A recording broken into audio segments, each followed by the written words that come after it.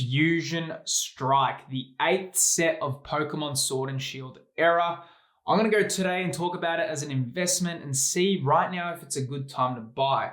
It came in at a very, very unique time. It was sandwiched between Evolving Skies and Brilliant Stars. And look, it is a really great set with some really, really good artwork. So I really want to go into it, deep dive into it, look at some of the data and see, is it a good buy at the moment? So obviously when it comes to Fusion Strike and where I think it places in the market, I think it's in a very good spot of the Sword and Shield era. I think Evolving Skies did it a lot of favors, and it's going to do it a lot of favors in the long term. Evolving Skies kind of took everything. That was kind of like everyone's eyes were on it. Then Fusion Strike came. It was never going to lead to the hype of Evolving Skies. It was never going to be up that level. But I think what happened with it, everyone was still focused on Evolving Skies. They weren't even looking at Fusion Strike. And now it's kind of seeing like, okay, there's still some available in the market. In Australia, you can still get it for retail price. And I'm just thinking this set, it looks like it's in a really good position. I want to just look at it. Obviously, the main chase card of the set is the Gengar VMAX. Super, super cool card. You really, any time that you get a Gengar, an Umbreon, a Giratina, a Mewtwo, these Pokemon are the ones that bring in the fans. There's a lot of Gengar collectors out there. It was always going to be a really good set because of this. One of the cards was the Inteleon VMAX, which is a card that I really like, the Gigantamax version. I think it showed the personality of Inteleon.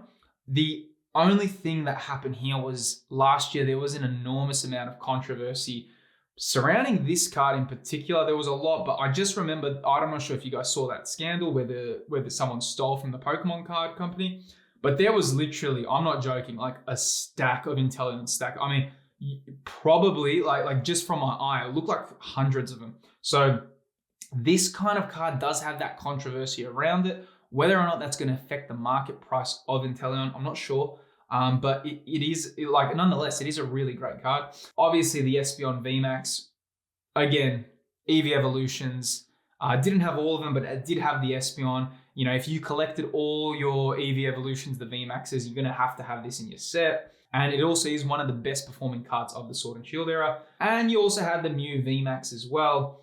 Really, really unique artwork, kind of rainbow, really shows the character of it in particular. Going into the set in particular and going into where I think Fusion Strike will go, what I always like to do is look at the trend searches of how the search volume. Like, as you guys know, I am a marketer, I work in marketing, analyzing data, and I really like to look through how search terms of Fusion Strike have performed and just to see where it's going. So I'm on Google Trends right now, and we can see, obviously, I've got it set to 1st of January 2021. Up till now. So I'm just looking at it now, and obviously Fusion Strike had no searches before its release because it's a very unique term, but we can see it spiked obviously on release, and so far it's kind of now had this steady, and it's sitting at a point where it's like not very searched. But where I want to look at it is if we compare this to something like Brilliant Stars, and Brilliant Stars, we'll go there, and let's look at red for Brilliant Stars. We can see that the search terms for Brilliant Stars compared to Fusion Strike on release are hugely different. This is important stuff because the search terms dictate how popular or how much interest there is, really. It's not really showing sales. We don't have sales data, but what we do have is just interest. And interest is a really good indicator in marketing to see if people like a product. So we can see this, compared to Fusion Strike on release, there was way more interest worldwide for Brilliant Stars. But what's interesting, and this is always a really good thing to see, now they're leveled off. Now the interest between Fusion Strike and Brilliant Stars is almost identical, meaning always with long-term products, the interest of these products is now the same. Even though the set of the release, Brilliant Stars, was far more popular than Fusion Strike, it's really good to see that they're on the same level. However, what will be interesting is as the years go on, will this, in the future, will one become more popular than the other? We don't really know this. What's really important with all these sets is where we don't know what triggers the nostalgia. We don't know what triggers people wanting a set. We don't know what triggers the scarcity of it. All we know is that Fusion Strike is less popular than Brilliant Stars in search intent worldwide. I'll add another one in here. So I think adding, I'll do Evolving Skies. And here you go. We've just added Evolving Skies into the mix. And you can see Evolving Skies is the yellow, Fusion Strike blue, and Brilliant Stars red. And you can now see that even though on release, Evolving Skies didn't even have as much popularity as Brilliant Stars, it was much more popular than Fusion Strike. But we can now see, if we close in on this gap, we can now see that Evolving Skies, and I know it's very small in there, but you can still see Evolving Skies is getting a fair bit more search intent. If we close that gap up in there and we just went for, let's go the past 90 days, we can see Evolving Skies, it's a much more clearer picture. You can see Evolving Skies is far more searched than these two. Good indicator, and it's an obvious one because Evolving Skies prices are far higher. Where I'm thinking that Fusion Strike will go is very dependent on, there's a few things for it. Right now, you can still get stock available. I'm not sure in US or UK. In Australia, you can still get Fusion Strike for retail price, so it's still available. Brilliant Stars is much harder to get in Australia.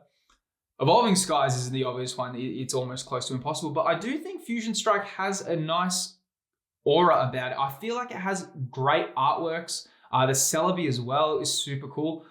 Pull rates are really difficult in Fusion Strike. It's got very difficult pull rates. So look, I do think because it's such a, I wouldn't say a forgotten set, but I feel like because it's a set that got sandwiched between two very, very popular sets, I think time may be kind to it. Kids would have been opening this product. A lot of people got introduced to Pokemon cards again. A lot of people missed out on Evolving Skies because of how popular it was and how sold out it was, so they were grabbing Fusion Strike. So I do think that there was a lot of popularity with the product, and I do think long term that this one could really, really perform super well. I find some similarities with Fusion Strike right now as with Chilling Reign last year. So Chilling Reign last year, you could pick up booster boxes in Australia for around 190 bucks. I'll put the conversion rate for US and UK as I'm talking about that. But that was pretty good price. Like it's a little bit under retail. So that was good. And Fusion Strike's similar position right now. As the years go on, that's going to be harder and harder to find. The pie keeps getting smaller. And as I always talk about, with sealed, the pie goes down, down, down, the singles go up. You do have that polarity happening between the two products. But as I'm looking at it now, I think Fusion Strike is in a really, really unique position. And yeah, look, that's my opinion. I think the fact that it's still available is great. I think you're not obviously going to be overextending yourself to grab a good booster box of it. I think the cards are awesome. Yeah, like we really have to look at that. Like the Gengar is, come on, it's one of the highlights of the Sword and Shield era. It's a really great card.